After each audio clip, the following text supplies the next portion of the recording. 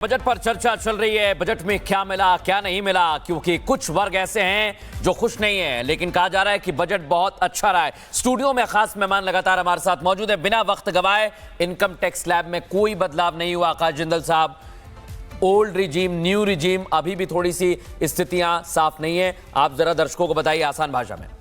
Income tax में बहुत बदलाव कर दिए गए हैं। सबसे बड़ा जो प्रोसिक्यूशन का डर था, बाई चांस किसी से गलती थे, इनकम टैक्स रिटर्न में कोई कमी रह गई है तो उसे सजा का, जेल का डर था, अब उस चीज को आसान किया जा रहा है। ईज ऑफ डूइंग बिजनेस यही है।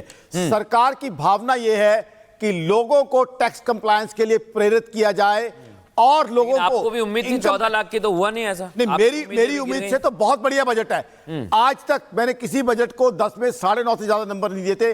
पहली बार 9.8 मार्क्स दे रहा हूं। यह बजट आज के भारत का बजट है।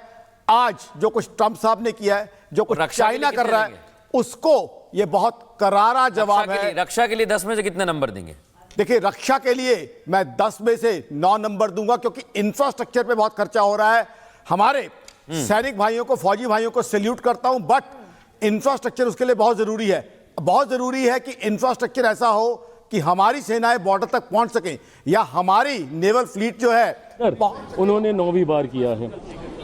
ये कंटिन्यूटी दिखाता है, स्टेबिलिटी दिखाता है सरकार की सोच में, सरकार की नीतियों में, जो कहीं ना कहीं वैश्विक स्तर पर भी हमारी पहचान को मजबूत करता है। इंपोर्ट एक्सपोर्ट्स को हम लोगों ने मजबूती देने की इसमें बात की है, और ईज ऑफ बिजनेस के साथ साथ ईज ऑफ लिविंग पे इस सरकार का, हमारी सरकार का बल रहा है।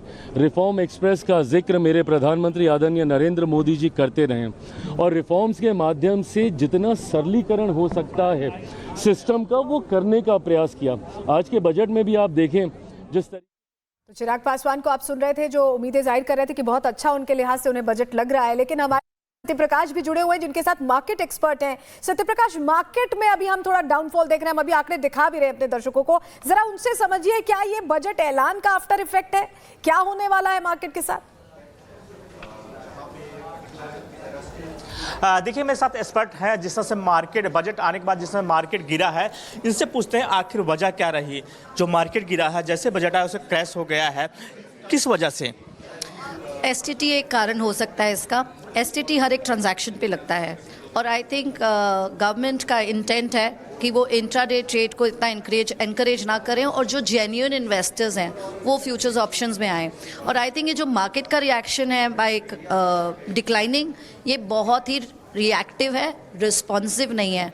ये आई थिंक शॉर्ट टर्म रहेगा और ये रिकवर हो जाएगा because of the 360 development coverage that is budget. ये बजट जो ले आ रहा है, उसके चलते ये सारा जो भी मार्केट में इमीडिएट रिएक्टिव मोड आया है, ये रिस्पॉन्सिव मोड में कन्वर्ट होकर मार्केट रिकवर हो जाएगा। एक दो दिन में, जो अगले वीक में कवर हो जाएगा जो मार्केट गिरा है? मेरी तो यही थिंकिंग है, क्योंकि ये बहुत ही रिएक्टिव तरीका है। जैसे कुछ हो जाना और उसके ऊपर रिएक्ट करना, ये मार्केट का बहुत ही रिएक्टिव एक्शन है। कुल मिला जुला के बजट कैसा आ रहा? 9 में से 10 में से कितना नंबर देंगे आप? मैं इसको 10 में से 8.5 नंबर दूंगी। एंड मेरा रीज़न ये है कि यहाँ पे हमने सिंप्लीफिकेशन पे, चाहे वो इनकम टैक्स का सिंप्लीफिकेशन हो, चाहे वो कस्टम्स का सिंप्लीफिकेशन हो, उस पे बहुत ज़्यादा इम्पॉर्टेंस रखी है। और अगर हम डेवलप्ड कंट्रीज़ में देखते हैं तो हर कोई सिस्टम बहुत ही ज़्यादा सिंप्लीफाइड है। और अब जब हम ये कोशिश इंडिया में करने की कोशिश इम्प्लीमेंट कर रहे हैं इन चीज़ों को, आई थिंक ये इंडिया को बहुत आगे लेके जाएगा in long term. I think ये जो बजट में हम वेरियस एरियाज में सिंप्लीफिकेशन लाकर जो इन्वेस्टमेंट कर रहे हैं, thousands of crores। बिल्कुल, देखिए हमारे साथ सत्यप्रकाश हमारे सहयोगी मुंबई से मौजूद हैं, सत्यविजय हमारे सहयोगी इस समय भोपाल से मौजूद हैं। सीधे लोगों की प्रतिक्रिया क्या आ रही है, पहली प्रतिक्रिया जानिए सत्यविजय। जी हाँ, बिल्कुल। देखिए, बजट को अभी समझना तो बाकी है, क्योंकि बहुत सारी चीजें उसमें ऐसी हैं जो टेक्निकल हैं, लेकिन उद्योगों को लेकर भी बहुत कुछ इस बजट में है, व्यापारियों को लेकर बहुत कुछ है। और ये जो तमाम आप लोग देख रहे हैं, कैमरामैन से कहूंगा पूरा पहन करके देखें, ये सभी व्यापारी हैं, भोपाल शहर के व्यापारी हैं। इनसे बात करते हैं। सर, आप बताइए, व्यापार को लेकर इस उद्योग से आपको क्या मिला, क्या फायदा हुआ, क्या नुकसान हुआ? इस बार जो बजट में उम्मीदें थी व्यापारियों को, वो निराशापूर्ण है, क्योंकि जो उम्मीद थी कि व्यापारियों को लेकर एक बड़ा प्लेटफार्म मोदी जी तैयार करके देंगे, वो नहीं दिया, क्योंकि राष्ट्रीय व्यापार संगठन का मतलब गठन का आयोग के लिए बोला गया था, लेकिन वो नहीं हुआ। मेरी मांग है वापस कि एक व्यापारी नेशनल बोर्ड बनाया जाए, जिससे कि व्यापारियों की समस्या जो है उसको एक प्लेटफार्म पे रखा जाए। व्यापारियों को क्या कुछ मिला देश के, मध्य प्रदेश के? देखिए, अभी तक तो बजट जारी है, परंतु उम्मीद है कि कुछ ना कुछ सीतारमन जी के पटाले में से कुछ ना कुछ व्यापारियों के हित में आएगा।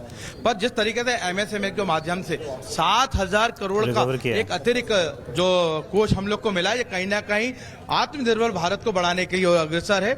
और उम्मीद करते हैं जिस तरीके से 3 आयुर्वेदिक एम्स खोलने की बात हुई, या फिर हम बात करें 3 रेल कॉरिडोर खोलने की बात हुई, इंफ्रास्ट्रक्चर में तो बहुत कुछ उन्होंने किया है, परंतु स्लैब ना बढ़ा के कहीं ना कहीं हम लोग को थोड़ा सा जो उम्मीद थी वो कम है।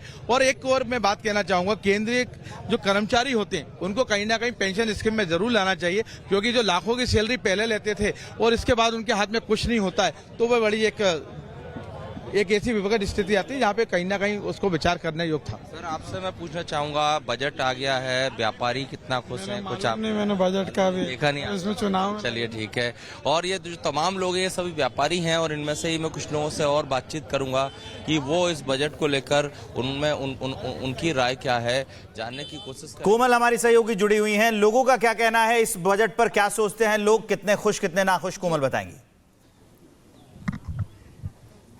बिल्कुल, देखिए लोगों से हम बात करेंगे बजट को लेकर के। मेरे पीछे आपको भारी संख्या में यहाँ पे लोग भी नजर आ रहे होंगे। ये बजट आपने देखा, बजट आपकी उम्मीदों पर आया है कि नहीं? बहुत उम्मीदों पे आया है, और ये समझ लीजिए बजट नहीं, ये महा बजट है। ये देश के सभी वर्ग को चिन्हित करते हुए सभी के विकास के लिए, सभी के जीवन में अच्छा उत्थान हो, उसके लिए बजट है। ये इसको महा बजट कह सकते हैं। इनकम टैक्स पर भी कोई राहत नहीं मिली है, उसे लेकर के लोग जो है अनुमान लगा रहे थे कि शायद कोई राहत मिल सकती। that particular thing have been more streamlined. The income tax for, I mean, we have to wait for the, what are the criteria which is going to fall in coming days. But मुझे लग रहा है कि this budget was ये budget ऐसे एक budget है कि सारे दुनिया, मतलब whatever professions and whatever streams are there, ये सब इसके टच किया है, और ये नेटिग्रिटीज में गया हुआ बजट है। और this is a budget for the young India. Young India के लिए ये एक बजट है। साफ तौर पर अगर बात करें तो देखिए विदेशी यात्रा जो है वो भी सस्ती हो रही है, तो क्या विदेशी यात्रा करेंगे फिर? निश्चित रूप से युवाओं को ध्यान में रखते हुए विशेष रूप से इस बजट को तैयार किया गया है, और हम इस बजट के विस्तार को लेकर के, बजट पे चर्चा को लेकर के हम दिल्ली ही नहीं देश भर के युवाओं के साथ जाएंगे, उनको समझाएंगे इस बजट की खासियत को।